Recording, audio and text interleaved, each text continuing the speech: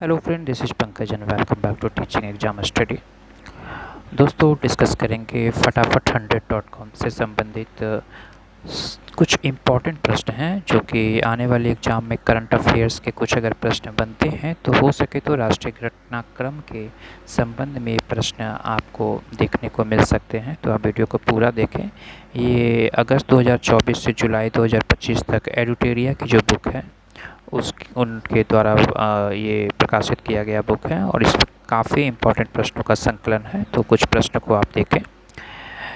पहला प्रश्न है कि हस्तलिखित बजट प्रस्तुत करने वाला देश का पहला राज्य कौन बना है? तो छत्तीसगढ़। काफ़ी इम्पोर्टेंट प्रश्न है। हस्तलिखित बजट प्रस्तुत करने वाला देश का पहला राज्य बना है? तो छत्तीसगढ़ बना है। आगे है कि असम राज्य की किस पहली एआई न्यूज एंकर को भारत का पटल पर रखा गया है? तो ये अंकिता को।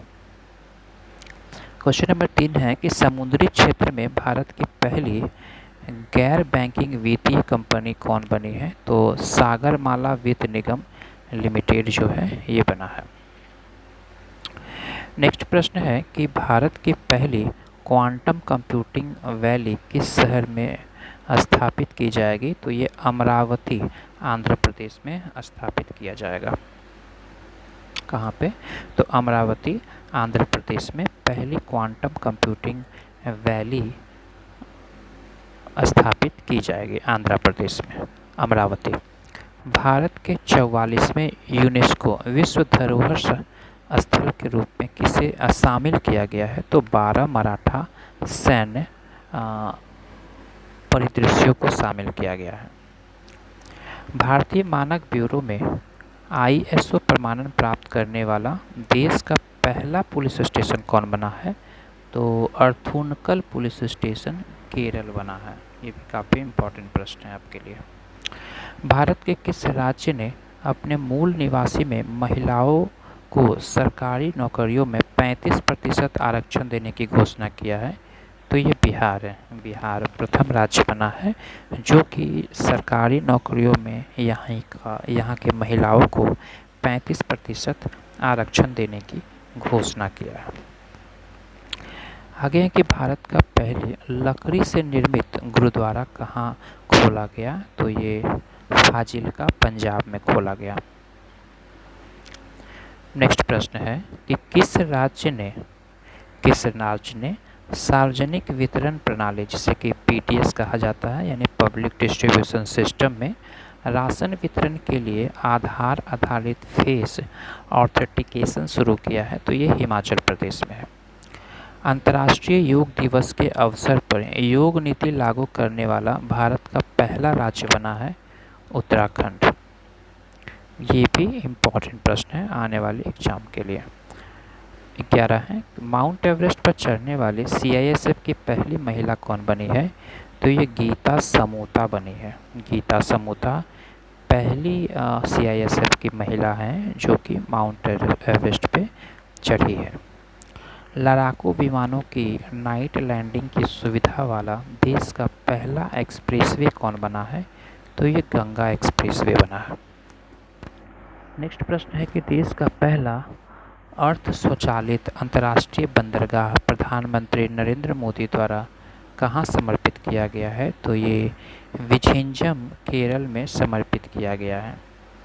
आगे है कि भारत का पहला AI संचालित real time forest alert system launch करने वाला पहला राज्य कौन बना है? तो ये मध्य प्रदेश बना है। 2025 के बजट में भविष्य विभाग की स्थापना करने वाला देश का पहला राज्य कौन बना है? तो ये हरियाणा बना है। आगे है कि माउंट एवरेस्ट फतह करने वाले देश की पहली दृष्टिबाधित महिला कौन है बनी? तो ये छोजिन एंगमो जो कि हिमाचल प्रदेश की है। छोजिन एंगमो बनी है जो कि एवरेस्ट फतह की है और देश की पहली दृष्टिबाधित महिला है। नेक्स्ट प्रश्न है 17 नंबर कि देश में अनुसूचित जाति वर्गीकरण लागू करने वाला पहला राज्य कौन बना है? तो ये तेलंगाना राज्य बना है। पूर्ण डिजिटल साक्षरता हासिल करने वाला देश का पहला राज्य कौन बना है? तो ये भी इम्पोर्टेंट प्रश्न है। केरल राज्य जो है वो पूर्ण डिजिटल साक्षरता हासिल करने वाला देश है। क्वेश्चन नंबर 19 है कि देश का पहला प्रोटोटाइप फास्ट ब्रीडर रिएक्टर कहाँ स्थापित हुआ है? तो ये कलपक्कम तमिलनाडु में स्थापित हुआ है। 20 नंबर प्रश्न है कि देश का पहला एआई स्कूल किस राज्य में लॉन्च किया गया है? तो ये केरल में।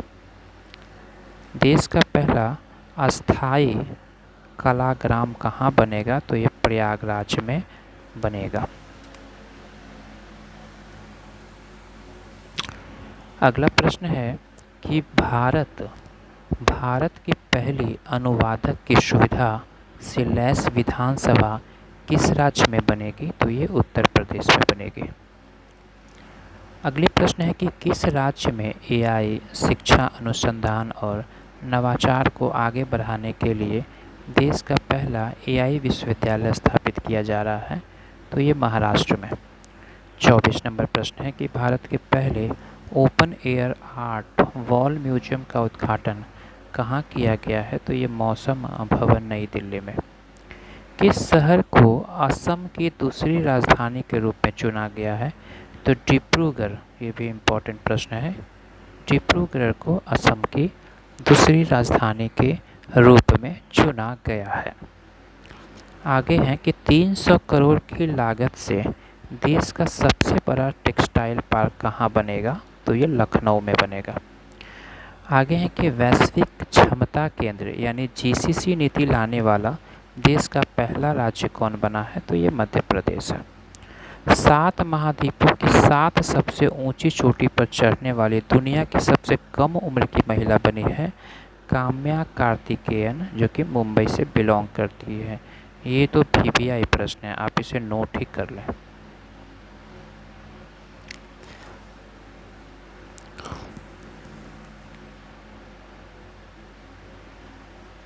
आगे है कि अंबानी द्वारा दुनिया का सबसे बड़ा डाटा सेंटर कहाँ बनाया जा रहा है? तो जामनगर गुजरात में।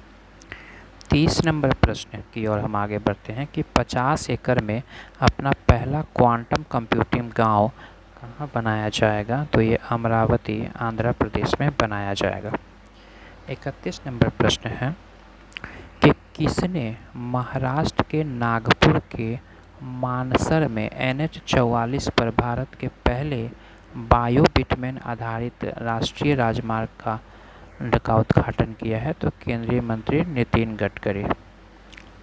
उबर ने एशिया की पहली जल परिवहन सेवा उबर शिकारा की शुरुआत कहाँ किया है? तो डल झील जम्मू कश्मीर में।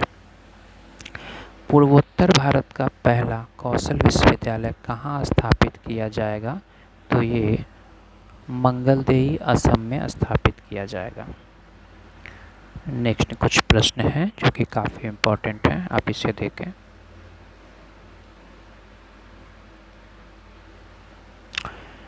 कि भारत के पहले गूगल सेफ्टी इंजीनियरिंग सेंटर हेतु किस शहर को चुना गया है?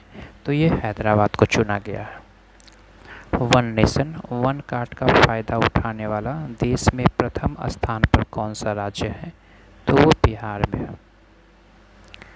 राष्ट्रपति द्रौपदी मुर्मू द्वारा भारत के संविधान की प्रतियां किन 2 भाषाओं में जारी किया गया? तो ये संस्कृत और मैथिली भाषा में जारी किया गया। भारत की अपना अंतरिक्ष स्टेशन कब तक तैयार हो जाएगा? तो ये 2035 तक भारत का अपना अंतरिक्ष स्टेशन बनकर तैयार हो जाएगा। देश का पहला मैग्नीशियम पायलट प्लांट कहाँ स्थापित किया जा रहा है? तो ये CSIR राष्ट्रीय धातुकर्म प्रयोगशाला जमशेदपुर में स्थापित किया जा रहा है।